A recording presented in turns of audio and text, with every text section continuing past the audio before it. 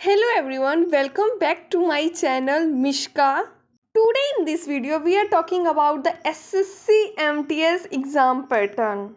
We are going to discuss all about SSC MTS, age, qualification, subject which are required to qualify SSC MTS.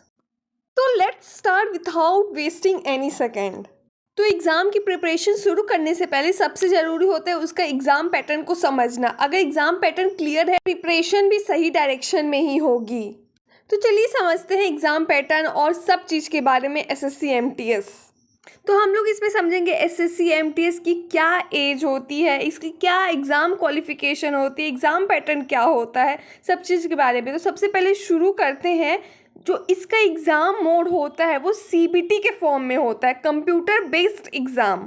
ये computer में देना रहता है, MCQ के form में होता है। ये कोई OMR शीट नहीं है जो आपको पेन से गोला लगाना रहता है, ऐसा कुछ नहीं रहता है।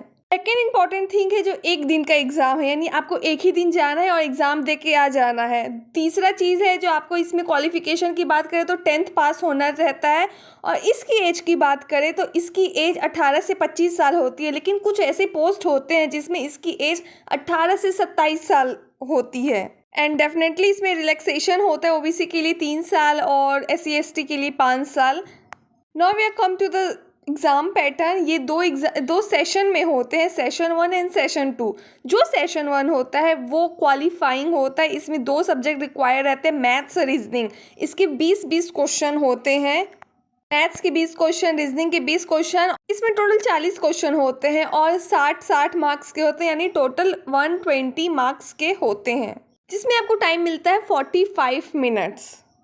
और बहुत ज़रूरी बात, जैसा कि मैंने आपको बताया, ये क्वालिफाइंग रहता है तो इसमें कोई नेगेटिव मार्किंग नहीं होता है। अगर आपके कोई क्वेश्चन गलत होते हैं तो आपको सही में से आपके मार्क्स नहीं कटेंगे, सिर्फ ये क्वालिफाइंग होता है। तो अब आते हैं जो इम्पॉर्टेंट होता है सेशन 2। ये इसलिए इम्पॉर्टेंट होता है क्योंकि जो मेरिट लिस्ट बनती है वो इसके बेसिस पे बनती है। इसमें भी 2 सब्जेक्ट रिक्वायर होते हैं, इंग्लिश और GK GS, जिससे इंग्लिश के 25 क्वेश्चन, GK GS से 25 क्वेश्चन होते हैं और इसके मार्क्स होते हैं 75 एंड 75, यानी टोटल 50 क्वेश्चंस होते हैं, 150 मार्क्स होते हैं, जिसको सेम आपको 45 मिनट्स में करने रहते हैं। एंड सेम इम्पॉर्टेंट थिंग्स, इसमें नेगेटिव मार्किंग होती है क्योंकि इसी में से मेरिट लिस्ट बनता है। Negative marking in the sense बोले तो अगर आप एक क्वेश्चन गलत करते हो तो आपके सही में से 1 मार्क्स कट जाएंगे, जिसमें ऑब्वियसली 4 सब्जेक्ट अगर आप बोले तो GK GS, maths, reasoning, English, ये सब सब्जेक्ट रहते हैं जो आपको SSC MTS की एग्ज़ाम में पूछे जाते हैं।